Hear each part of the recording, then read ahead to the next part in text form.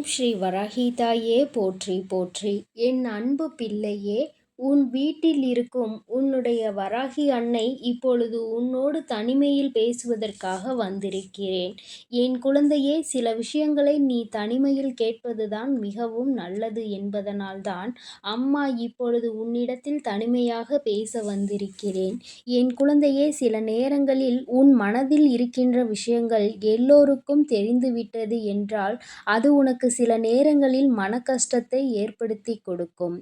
ஏனென்றால் உன்னுடைய மனதிற்கு சரியென்று படுகின்ற விஷயம் மற்றவர்களுக்கு அது சரியாக இல்லாமல் இருக்கலாம். அவர்களினுடைய எண்ணங்கள் உன்னுடைய எண்ணங்களோடு ஒத்துப்போகாமல் இருக்கலாம் என் தங்கமே. அதுபோன்ற நேரங்களில் சில விஷயங்களை வெளியில் சொல்ல முடியாமல் மனதிற்குள்ளேயே பூட்டி ஒளித்து வைத்து கொண்டுதான் இருக்கின்றாய்.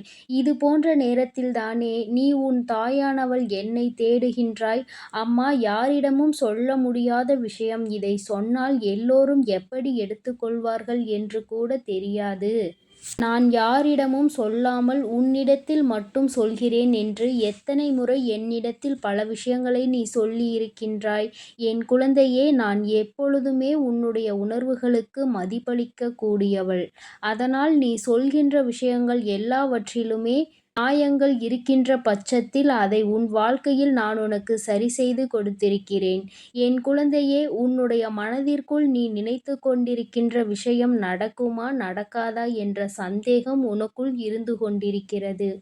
என் பிள்ளையே, ஒரு விஷயத்தை முதலில் நினைக்க கூடாது.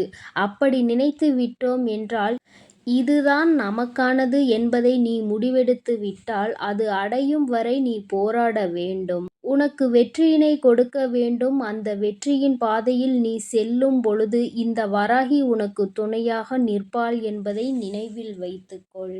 என் பிள்ளையே, உன்னுடைய மனதிற்குள் இருக்கின்ற எண்ணங்கள் எல்லாமே இந்த வராகியை சுற்றி சுற்றி வந்து கொண்டிருக்கிறது.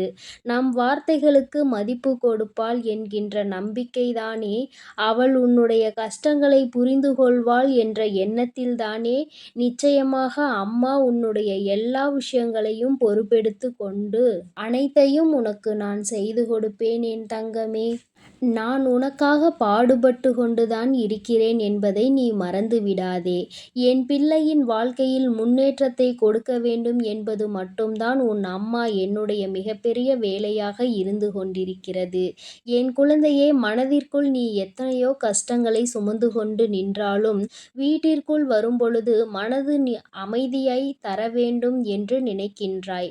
ஆனால் சில நேரங்களில் வீட்டிற்குள் வரும்பொழுதுதான் அங்கே சண்டைகளும் சச்சரவுகளும் அதிகமாக இருப்பதோடு மட்டுமல்லாமல் ஒருவர் ஜாடை பேச்சு பேசுவதும் உன் மனதை காயப்படுத்துகிறது. உன்னை பற்றிய விஷயங்களை நேரடியாக உன்னிடத்தில் சொல்லாமல் ஜாடை மாடையாக பேசும் பொழுது என் குழந்தையின் மனதுக்கு அது கஷ்டத்தை கொடுத்து விடுகின்றது. நாம் எல்லோரையுமே நம்முடையவர்களாக தானே நினைக்கின்றோம்.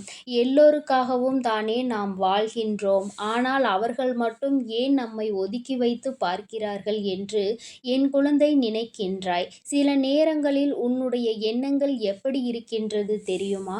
நான் இவர்களை எல்லாம் என்னுடைய உயிருக்கு மேலாக நினைத்து கொண்டிருக்கிறேன்.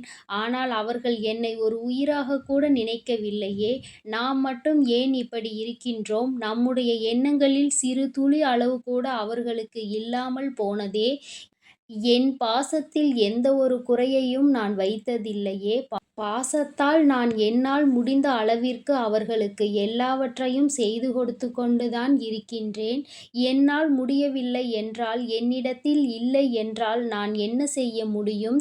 அந்த நிலையிலும் என்னிடத்தில் நான் செய்யவில்லை என்று எதிர்பார்த்து கோபம் கொண்டால் அதை நான் எங்கே சென்று தீர்ப்பது என்றுதான் எனக்கு புரியவில்லை என்று என் குழந்தை நினைக்கின்றாய். குடும்பத்தில் உள்ளவர்களாக இருந்தாலும் சரி, பெற்றவர்களாக இருந்தாலும் சரி, யாராக இருந்தாலும் அவர்களினுடைய தேவைகளுக்காக மட்டுமே உன்னை பயன்படுத்தி கொள்கிறார்கள் என்று நினைத்து நீ மனவேதனை அடைகின்றாய். ஆனால் அதை உன்னால் வெளியில் சொல்ல முடியவில்லை. ஏனென்றால் பெற்றவர்கள் இது போன்று செய்கிறார்கள் என்று சொன்னால் அவர்கள் என்ன நினைப்பார்கள் என்கின்ற எண்ணம்தான் உனக்குள் ஓடிக்கொண்டிருக்கிறது. என் தங்கமே, நீ இப்பொழுது எடுத்திருக்கின்ற இந்த முடிவு சரியானது.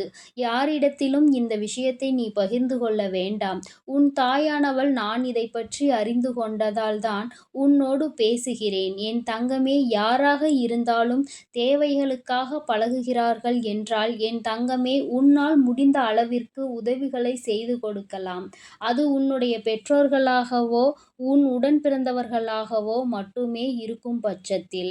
வெளியில் யாருக்கும் நீ செய்ய வேண்டிய அவசியம் கிடையாது. அவர்கள் உன்னிடத்தில் மிகப்பெரிய எதிர்பார்ப்புகளை வைத்துக்கொண்டு நீ கொடுக்கவில்லை என்றவுடன் அவர் தாங்கிக் கொள்ள முடியாமல் அந்த வெறுப்பினை உன் மீது காட்டுகின்றார்கள்.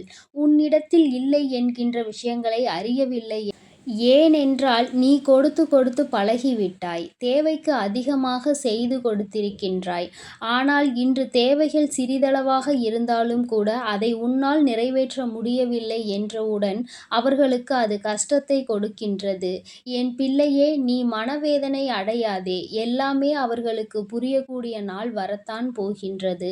நீ பட்ட கஷ்டங்களும் அவர்களுக்காக நீ செய்த தியாகங்களையும் அவர்கள் உணர்ந்து கொள்ளத்தான் போகின்றார்கள். அதனால் உன் வாழ்க்கையில் இப்படியெல்லாம் நடக்கின்றதே, நமக்கு மட்டும்தான் இப்படியெல்லாம் நடக்கின்றதா என்று நினைத்து நீ வருத்தப்பட வேண்டிய அவசியமில்லை என் குழந்தையே. உன்னோடு பிறந்தவர்கள், உன்னை பெற்றவர்கள்தானே இப்படியெல்லாம் உன்னை வேதனைப்படுத்தியது. அப்படியென்றால் அவர்கள் நிச்சயமாக உன்னுடைய உணர்வுகளை புரிந்து கொள்வார்கள். இரத்த உறவுக்குள் பிரச்சனைகள் வருவது, அந்த பிரச்சனைகள் தீர்ந்து மீண்டும் பழைய நிலைமைக்கு திரும்புவது எப்பொழுதுமே சகஜமான ஒரு விஷயம்தான். இப்பொழுது உனக்கு ஏற்பட்டிருக்கின்ற இந்த மனக்காயம் நிச்சயமாக தீரும். அவர்கள் உனக்கு கொடுத்த இந்த கஷ்டத்தை அவர்களே மீண்டும் திருப்பி எடுத்துக் கொள்வார்கள்.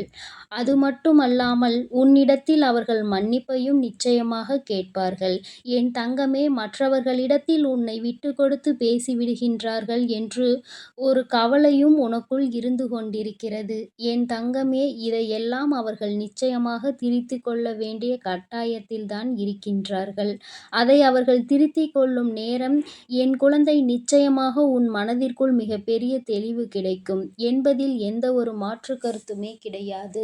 எப்பேற்பட்ட சூழ்நிலையானாலும் சரி, எப்பேற்பட்ட கருத்து வேறுபாடுகள் குடும்பத்திற்குள் இருந்தாலும் சரி, ஒருபோதும் வேறு ஒருவர் வந்து அறிவுரைகளை வழங்குகின்ற அளவிற்கு நடந்து கொள்ளக்கூடிய விஷயங்களை அவர்கள் இப்பொழுது கொஞ்சம் கொஞ்சமாக புரிந்து கொள்ளத் தொடங்கி இருக்கின்றார்கள்.